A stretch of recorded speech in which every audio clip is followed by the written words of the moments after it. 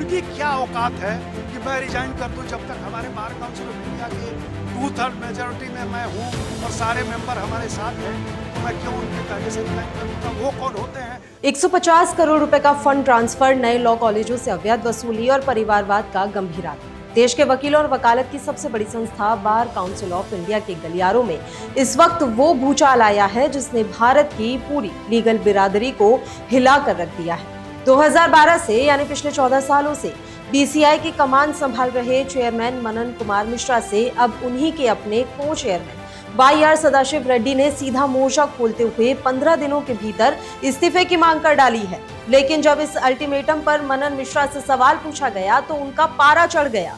उन्होंने इन सभी आरोपों को बेतुकी और बकवास बातें करार देते हुए इस्तीफे से साफ इनकार कर दिया है।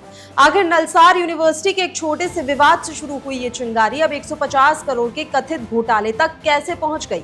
आइए समझते हैं इस पूरे लीगल ड्रामा का एक एक पन्ना। नमस्कार, आप देख रहे हैं डायनामाइट न्यूज और मैं हूं आपके साथ पल्लवी राजपूत। आइए सबसे पहले समझते हैं कि आखिर अचानक ये आग लगी कहां से। इस पूरे बवंडर की शुरुआत हुई हैदराबाद की मशहूर नलसार लॉ यूनिवर्सिटी के मामले से। हाल ही में यूनिवर्सिटी के दीक्षांत समारोह के दौरान कुछ छात्रों ने विरोध प्रदर्शन किया था। इसके बाद बीसीआई चेयरमैन कार्यालय से एक तुगलकी फरमान जारी कर दिया गया कि विरोध करने वाले छात्रों का वकालत लाइसेंस रोक दिया जाएगा।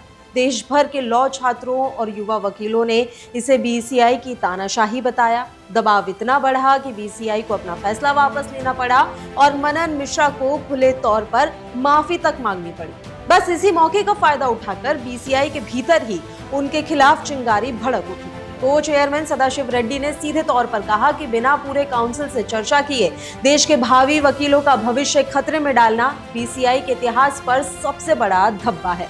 लेकिन बात सिर्फ लॉ छात्रों तक सीमित नहीं रही। सदाशिव रेड्डी ने मनन मिश्रा के 14 सालों के कार्यकाल का कच्चा चिट्ठा खोलकर रख दिया और लगाए 5 संगीन आरोप। 150 करोड़ रुपए का फंड ट्रांसफर।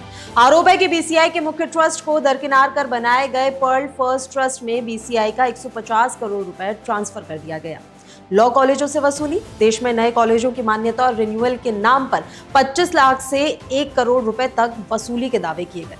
परिवारवाद और नौकरियां। बिना किसी पारदर्शी भर्ती प्रक्रिया या मेरिट लिस्ट के बीसीआई में अपने रिश्तेदारों और करीबियों को नौकरियां बांटने का आरोप लगा। 14 साल की तानाशाही। रेड्डी ने सवाल उठाया कि जो व्यक्ति 2012 से कुर्सी पर चिपका हुआ है वो लोकतंत्र नहीं बल्कि तानाशाही चला रहा है। ऑडिट की मांग। उन्होंने मांग की है कि बीसीआई के तमाम खातों की स्वतंत्र और कैग से स्पेशल जांच कराई जाए। अब सवाल यह है कि इतने भारी भरकम आरोपों पर बीसीआई चेयरमैन मनन मिश्रा का क्या कहना है?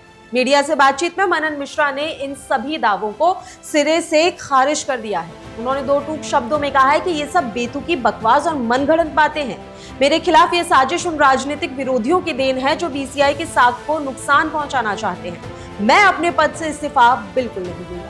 मनन मिश्रा का दावा है कि संस्था में सभी वित्तीय और प्रशासनिक फैसले पूरी काउंसिल की सहमति से ही लिए जाते हैं और किसी भी तरह की कोई वित्तीय गड़बड़ी आज तक नहीं हुई है। भले ही मनन मिश्रा इससे बकवास बातें बता रहे हों, लेकिन ये लड़ाई अब केवल बीसीआई के बंद कमरों तक सीमित नहीं रह गई है। All India young advocates association से लेकर बॉम्बे बार एसोसिएशन तक ने मनन मिश्रा के इस्तीफे की मांग का समर्थन कर दिया है।